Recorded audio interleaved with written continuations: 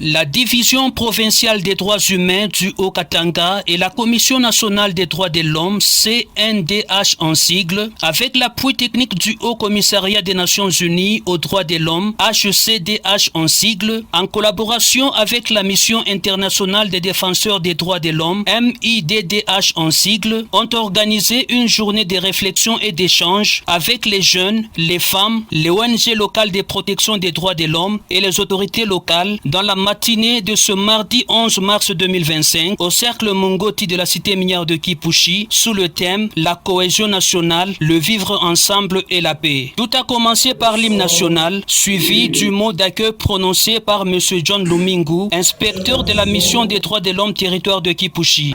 À nos autres venus nombreux, je voudrais dire que votre présence en cette journée historique témoigne de votre appréciation de l'immense bond en avant que vient d'effectuer la population kipouchoise sur le long chemin vers l'exercice souverain de la démocratie.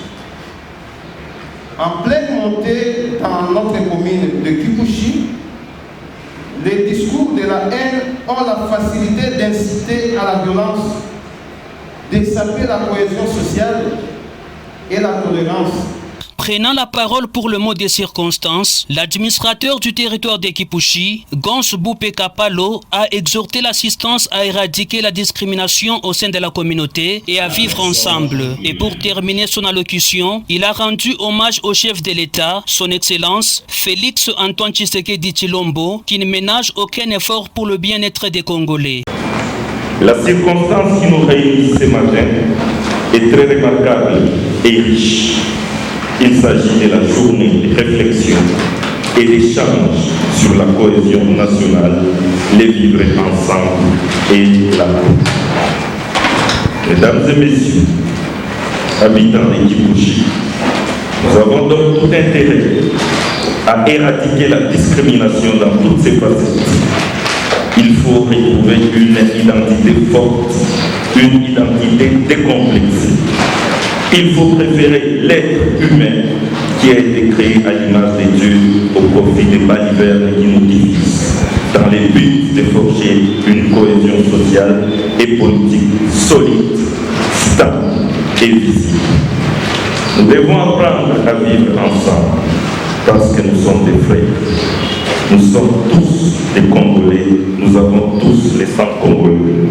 À son tour, le chef des divisions provinciales des droits humains du Haut-Katanga a exhorté aux participants de bannir la division et d'embrasser la cohésion sociale. C'est pour moi un grand honneur de se tenir devant ce forum, exprimer mes sincères remerciements d'abord à la tête, en dépit de ses multiples occupations étatiques. Il a accepté d'accompagner cette activité, la toute première dans le territoire de Kipushi, mais elle ne sera peut-être pas la toute de rien. Cette activité nécessite à tous et à chacun de nous l'honneur d'opter pour une approche basée sur les droits humains, en vue de construire un monde plus juste, laquelle approche consacre les principes d'égalité, de non-discrimination, de participation active de tous, d'évolution collective pour un vivre ensemble.